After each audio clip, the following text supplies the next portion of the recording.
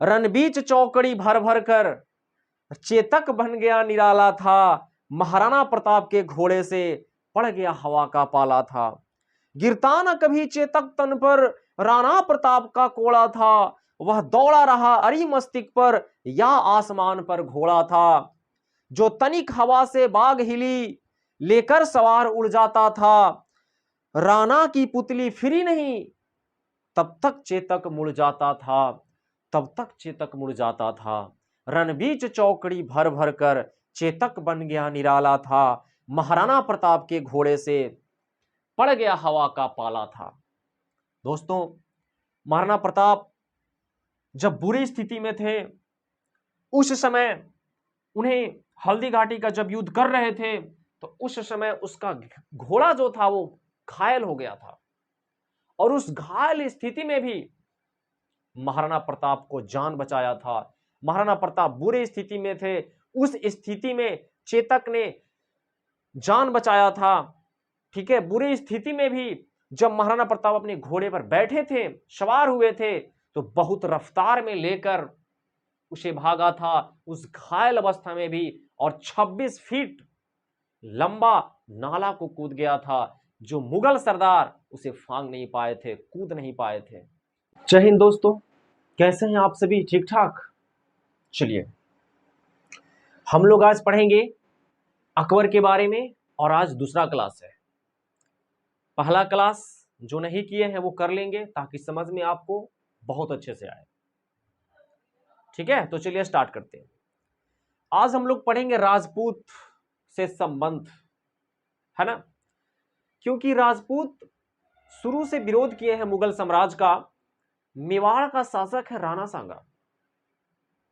मेवाड़ का शासक है राणा सांगा, जिसने विरोध किया था और खानवा का युद्ध हुआ था, मैंने आपको बताया था। तो राजपूत शुरू से विरोध किए हैं, लंबे समय से लड़ाई हो रहा है राजपूतों से। अब अकबर चाहता है कि राजपूतों को शांत किया जाए, और अकबर राजपूत नीति लागू करता है, धार्मिक सहिष्णुता अपनाता है। तो आइए समझते हैं क्या था अकबर की राजपूत नीति और धार्मिक सहिष्णुता, जिन्होंने अपने साम्राज्य को विस्तार किया। आइए समझते हैं। अकबर 1556 में गद्दी पर बैठा है, बता चुके थे। तो चलिए, जब गद्दी पर बैठा है तो आमेर का जो राजा है भारमाल, वो आया है उस समय सम्मान प्रकट करने के लिए, अकबर के प्रति सम्मान प्रकट करता है। ठीक है, 1556 में जब गद्दी पर बैठता है, तो कुछ वर्षों बाद जब अकबर अजमेर जा रहा होता है, उस समय भारमाल को मुगल सूबेदार परेशान करने लगते हैं। तब 1562 में जब अकबर अजमेर जा रहा था और उस समय परेशान कर रहा था, तो उसी समय भारमाल अकबर से मिलता है, कुछ बातें होती है, और यहां तक की बातें होती है कि भारमाल अपनी छोटी बेटी की शादी अकबर के साथ कर देता है। अब सोचिए, एक राजपूत और एक मुसलमान, शादी हो रही है। लेकिन इसके पहले भी शादी हुई थी। हुमायूं ने भी इस तरह का वैवाहिक संबंध स्थापित किया था, ये आम बात नहीं था। लेकिन इसके परिणाम क्या हुए, आगे समझते हैं। तो भारमाल अपनी बेटी की शादी कर दिया है। ठीक है, भारमाल अपनी बेटी की शादी कर दिया है, और इस प्रकार आमेर पर अधिकार हो गया 1562 में अकबर का। आमेर कहां पड़ता है? तो राजस्थान के जयपुर में। ठीक है, राजस्थान के जयपुर में। चलिए, तो अब क्या होता है, जब भारमाल अपनी बेटी से अकबर को शादी कर देता है, तो अकबर भारमाल को सरदार बनाता है। उसके बेटे भगवान दास और उसके पोते मानसी को ऊंचा मनसब दिया जाता है, ऊंचा दर्जा, मनसब मतलब दर्जा, मनसबदारी प्रथा, है ना। तो 5,000 दर्जा दिया जाता है और 7,000 दर्जा दिया जाता है। 5,000 दर्जा दिया जाता है भगवान दास को और 7,000 तक दर्जा दिया जाता है मानसी उसके पोते को, भारमाल के पोते को, यानी भारमाल का बेटा भगवान दास है और उसका पोता मानसी है, याद रखिएगा, है ना, शादी हुआ है। तो उन्होंने ऊंचा दर्जा दिया। अब ये 5,000 7,000 क्या होता है तो थोड़ा समझ लीजिए, जितना जिसका ऊंचा दर्जा होता था उसके पास उतना अधिक सेना होता था। सेना कहने का मतलब पैदल, घुड़सवार, हाथी, ठीक है। जिसके पास जितना ज्यादा दर्जा है उसके पास ज्यादा सेना होता था। तो लोग चाहते थे कि हमारा ऊंचा मनसब मिले, ठीक है। तो अपने भाई सिर्फ कुका को ही वो 7,000 तक दिया था और वो दर्जा मानसी को दिया था 7,000 तक। तो समझ रहे हैं, ये दर्जा दिया। चलिए अब एक बात और समझिए कि इन्होंने जब 1572 में गुजरात की ओर कूच किया था, गुजरात अभियान की ओर, उस समय आगरा की देखरेख के लिए, पता होना चाहिए विद्यार्थी, आगरा को देखरेख के लिए किसको सौंपा था? भारमाल को सौंपा था। इतना विश्वास था, इतना विश्वास करता था। इस कार्य से एक बहुत बड़ा विश्वास दिखता है, ठीक है। तो उस समय भारमाल को सौंपा था आगरा को देखरेख के लिए और अकबर की सेना गुजरात विजय अभियान की ओर गई थी। 1573 में गुजरात को जीता था, आपको इसके पहले हम बता चुके हैं। चलिए अब इतना ही नहीं, ऊंचा दर्जा दिया, ठीक है, उसके ऊपर विश्वास बनाया, एक दूसरे से विश्वास मजबूत हुए, अटूट विश्वास, ठीक है। उसके बाद तीर्थ कर को समाप्त किया, 1564 में जजिया कर को समाप्त किया गैर मुसलमान के लिए, ठीक है, जो मुसलमान नहीं थे उन पर कर लगाया जाता था। ये सब यानी धार्मिक सहिष्णुता अपनाया है, ठीक है। जो बंदी बनाए गए होते हैं उनको मुसलमान बना दिया जाता था, इस पर अकबर ने रोक लगाया, ठीक है। बंदी बनाए गए व्यक्तियों को, बंदी बनाए गए जो भी होते थे, ठीक है, उनको, सेना को, है ना, जब बंदी बनाए जाते थे तो उसको जबरदस्ती मुसलमान बना दिया जाता था, लेकिन इस पर रोक लगाया। तो इस तरीके से लोगों के अंदर में, है ना, एक अच्छा अकबर बनना चाहता था, लोगों के नजर में एक अच्छा बनना चाहता था। लोग उनसे, है ना, धीरे धीरे ऐसा हो कि वो प्यार करने लगे, उनका ये व्यवहार लोगों को अच्छा लगा। लेकिन कुछ ने विरोध किया और वो विरोध करने वाला था कौन? जल्दी ही आपके सामने आने वाला है महाराणा प्रताप। आपके सामने महाराणा प्रताप। महाराणा प्रताप का नाम तो सुने ही होंगे, मजा आ जाता है यार नाम लेने के बाद, महाराणा प्रताप, ठीक है। चलिए अब देखिए 1568 में आपको यह भी बता चुके थे, चित्तौड़ पर जब अधिकार किया तो इसके बावजूद मेवाड़ की राजधानी चित्तौड़ रही है, ठीक है। और उसके बाद उदय सिंह ने उदयपुर किया है, उदय सिंह ने उदयपुर, इसकी राजधानी क्या है? चित्तौड़ के बाद उदयपुर, ठीक है। जब 1568 में, ठीक है, चित्तौड़ को जीत लिया था पूरी तरह से अकबर ने, ठीक है, तो उदय सिंह पहाड़ियों में जा बैठा था, क्योंकि उदय सिंह के सरदारों ने यह सुझाव दिया था, इसलिए वो पहाड़ियों में जाकर बैठा था और युद्ध कर रहे थे जयमल और पन्ना, जो वीर गति को प्राप्त हुए थे। और 30,000 सेना, 30,000 इसकी सेना यानी व्यक्तियों की कत्लेआम मचा दिया था, मारे गए थे, ये भी आपको हम बता चुके थे। तो ये चीज था, जयमल और पन्ना याद रखिएगा, ठीक है। बाद में फिर अकबर अपने किला के बाहर इसे बनाता है, ठीक है, इसकी मूर्ति बनाता है यादगार में, जयमल और पन्ना। चलिए ठीक है, खैर बड़ी बहादुरी की बात था। अब ये चित्तौड़ पर अधिकार करने के बावजूद भी मेवाड़ विरोध करता रहा, लेकिन बीकानेर, जैसलमेर वैवाहिक संबंध स्थापित किए। जैसलमेर और बीकानेर वैवाहिक संबंध स्थापित किए और अधीनता अकबर की स्वीकार कर लिए थे। लेकिन जब उदयसी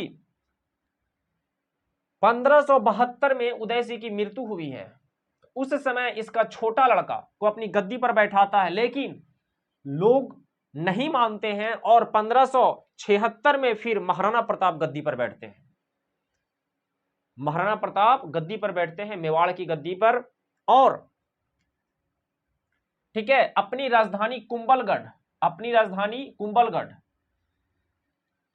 जब बैठते हैं महाराणा प्रताप गद्दी पर, तो मेवाड़ की राजधानी कुंभलगढ़, मेवाड़ की पहली राजधानी चित्तौड़, उसके बाद उदयसी ने उदयपुर रखा और फिर कुंभलगढ़ रखा महाराणा प्रताप ने। चलिए, तो अब इन्होंने विरोध करना शुरू किया और कई बार, है ना, मानसी को, भगवान दास को, टोडरमाल को शांति दूत के रूप में अकबर ने महाराणा प्रताप के दरबार में भेजा है, परंतु महाराणा प्रताप झुकने वाले में से नहीं थे। उन्होंने स्वीकार नहीं किया, सिर्फ अधीनता स्वीकार करना था, लेकिन नहीं, अधीनता स्वीकार नहीं किया, सिर्फ जाकर के सिर झुकाना था, लेकिन उन्होंने ऐसा नहीं किया महाराणा प्रताप। और बता दे कि महाराणा प्रताप इन वैवाहिक संबंधों से बहुत नाराज थे, क्योंकि हिंदू और मुसलमान की शादी हुई थी और इस चीज से वो बीकानेर और जैसलमेर ये सब राजपूत लोग थे, लेकिन अकबर से जा मिले थे और अकबर की अधीनता तो स्वीकार किए ही थे, वैवाहिक संबंध भी स्थापित कर दिए थे मेरे प्यारे। इसीलिए महाराणा प्रताप एक हिंदू होने के नाते मुसलमान से शादी होने पर बहुत नफरत किए थे, बहुत घृणा करते थे। एक बार मानसी जब उसके घर निमंत्रण के रूप में भोजन करने के लिए आए थे, तो उस समय उस बर्तन को बहुत अच्छे तरीके से साफ करवाए थे और वो कह रहे थे कि ये पाप का बर्तन है, इसे अच्छे से साफ करो। ठीक है, खैर, तो बार बार अकबर ने भेजता है शांति, लेकिन महाराणा प्रताप मानते नहीं है। तो 1576 में गद्दी पर बैठते हैं महाराणा प्रताप, और बैठने के साथ जब 1576 में अकबर की सेना कूच करती है मेवाड़ की तरफ, तो महाराणा प्रताप क्या करता है, चित्तौड़ को बंजर बना देता है, चित्तौड़ को खाली करवा देता है, ताकि चित्तौड़ में आने पर उसे कोई रसद पानी नहीं मिल पाए। और कुंभलगढ़ उसकी राजधानी है, कुंभलगढ़ तक आने के लिए जितना भी घाटियां होती है, जितना भी रास्ते होते हैं, पहाड़ों से जो घाटियां होती है, सबका नाकाबंदी कर देता है, सारी रास्ते बंद कर देते हैं, और जो एक रास्ता बचता है वो रहता है हल्दी घाटी। इसी रास्ते से आता है कौन, अकबर और मानसी और आसफ खां। मानसी, ठीक है, सेनापति है अकबर का, मानसी आता है, आसफ खां आता है और अकबर बाद में। ठीक है, तो हल्दी घाटी का युद्ध होता है 1576 में। इस युद्ध में महाराणा प्रताप को साथ दिए हैं अफगान, इस युद्ध में अफगान साथ दिए हैं, और यह युद्ध में महाराणा प्रताप की जीत होने वाली थी। एकदम टूट पड़े थे अकबर की सेना पर, तबाह मचा दिए थे अकबर की सेना में। लेकिन जैसे ही ये खबर सुने कि अकबर आ रहा है, तो इसकी सेना तितिर बितिर हो जाती है, विचलित हो जाती है और पीछे हट जाती है, हार मानने लगती है। उस समय महाराणा प्रताप का घोड़ा है चेतक, वो घायल हो जाता है, उसके पैर से खून निकलने लगता है, लेकिन फिर भी उसकी घोड़ा बड़ा ही प्यारा है। जब उसके सरदार बोलते हैं महाराणा प्रताप को कि आप युद्ध छोड़कर भाग जाइए, तो जब वो जाते हैं तो वह घोड़ा को देखते हैं कि घायल अवस्था में है, परंतु घोड़ा पर वो सवार होते हैं तो घोड़ा इतना तेजी से भागता है कि उसे एकदम सुरक्षित स्थान पर पहुंचा देता है। ये था उसका प्यारा घोड़ा चेतक महाराणा प्रताप। महाराणा प्रताप 1576 में युद्ध लड़े हैं, उसके बाद छापामार लड़ाइयां किए हैं महाराणा प्रताप, और छापामार लड़ाइयां में उन्हें जीत भी हुआ है। याद रखिएगा 1597 में, 1597 में क्यों जीते हैं इसके पीछे थोड़ा सा इधर रीजन मैं आपको बता दूं कि 1579 में, 1576 के बाद 1579 में बिहार और बंगाल में विद्रोह हुआ है मेरे प्यारे। और जब विद्रोह हुआ तो मिर्जा हकीम को मिल गया फायदा नजर आने लगा। मिर्जा हकीम को मिल गया मौका, मिर्जा हकीम को मिल गया मौका और वो घुस गया पंजाब में। कहां घुस गया? पंजाब में। इसकी चर्चा पहले भी हम कर चुके हैं, सौतेला भाई इसकी है, ठीक है। और कहानी जब मिर्जा हकीम पंजाब में घुसा है मेरे प्यारे, तो ठीक है, उसके बाद अकबर ने 12 वर्षों तक पंजाब में ही डेरा डाला। कहां डाला? पंजाब में ही डेरा डाला है। और उसके बाद जब पंजाब में 12 वर्षों तक रहा है तो इन 12 वर्षों में बहुत सारे उत्तर पश्चिम, ये पंजाब उत्तर पश्चिम इधर हो गया, ठीक है, काबुल, तो 1581 में काबुल पर अधिकार किया मानसी, 1586 में कश्मीर को जीता, ठीक है, और इधर आपका 1595 में सिंध, 1595 में सिंध बलूचिस्तान को जीता, ठीक है। तो इस तरीके से जीत हासिल की। अब इधर व्यस्त है अकबर, इधर व्यस्त है, इधर बिहार बंगाल का विद्रोह है, मिर्जा हकीम तबाह कर रहा है। इस समय महाराणा प्रताप को मौका मिल जाता है और महाराणा प्रताप आक्रमण करते हैं और फिर से अपनी नई राजधानी बनाते हैं चावड़ को, अपने नई राजधानी बनाते हैं चावड़ को। महाराणा प्रताप झुकने वालों में से नहीं थे। कहा जाता है महाराणा प्रताप जंगल में रहते थे और जंगलों से ही वह युद्ध करते थे। इनके पास कोई खास सेना नहीं थी, जो भी बचे खुचे सेना थी, जो भी कुछ राजस्थान के जो छोटे छोटे इनके राज्य शामिल थे जो इनको सहायता प्रदान कर रहे थे, अकबर उन पर भी हमला बोला था। अब ये जंगल में रहते थे और कहा जाता है कि ये घास की रोटी खाते थे, ठीक है। तो महाराणा प्रताप कभी नहीं झुके अकबर के सामने और अपनी जिंदगी भर में 1597 में इन्हें फिर से जीता, परंतु 1597 में ही महाराणा प्रताप की मृत्यु हो जाती है। तो समझ आया? अब इसके बाद हम लोग पढ़ेंगे, ठीक है। अब ये था उत्तर पश्चिम, अब अकबर दक्षिण भारत की ओर चलेगा, ठीक है, और दक्षिण भारत की विजय के बारे में हम लोग पढ़ेंगे, अकबर के बारे में, ठीक है। तो आज इतना ही। वीडियो को शेयर और सब्सक्राइब जरूर करिए। कहानी जैसा पढ़िए आपको सारा का सारा ऐसा ही याद हो जाएगा। समझ आया? चलिए आज इतना ही, ठीक है।